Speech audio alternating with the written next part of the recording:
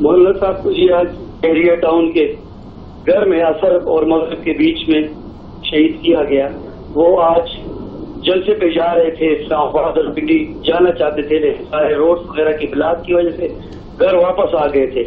اور اس دوران میں ہمارے مولانا شاہ صاحب تھے، وہ مغرب اور عصر کے بیچ میں 10-15 منٹ کے لیے گھر سے باہر نکلے تو اس بیچ میں کوئی دیوار پلان کے گھر میں داخل ہوئے ہیں اور ان کو چھری اور خنجر کے ساتھ. میں نے ابھی نہیں دیکھا، میں اس وقت راستے میں پنڈی میں پہنچ گیا ہوں، ایریا ٹاؤن کے گھر میں، وہ ہاسپٹل میں، میں وہاں ان کو لینے پہنچ رہا ہوں. کسی پوری صورتحال کا مجھے بھی علم نہیں، لیکن جو حالات اس وقت ہمارے ملک میں بین الاقوامی قوتوں کی جانب سے پیدا کردہ ہیں اور جو جن مسائل کا اس وقت ملک کا نقشہ سامنے ہے آپ کے سامنے. مولانا صاحب کو وہ واپس ہوئے ہیں جلسے سے، جب راستے بند تھے تو واپس گئے، نہ پہنچ سکے اسلام آباد کے مظاہرے میں، اور واپس ہی عصر کے بیچ میرے خیال میں اپنے روم میں آرام کر رہے تھے عصر میں، اور واپس آئے ہوئے ہوں گے. بیمار بھی تھے، 82-83 سال کی ایج ہے ان کی، اور ہارٹ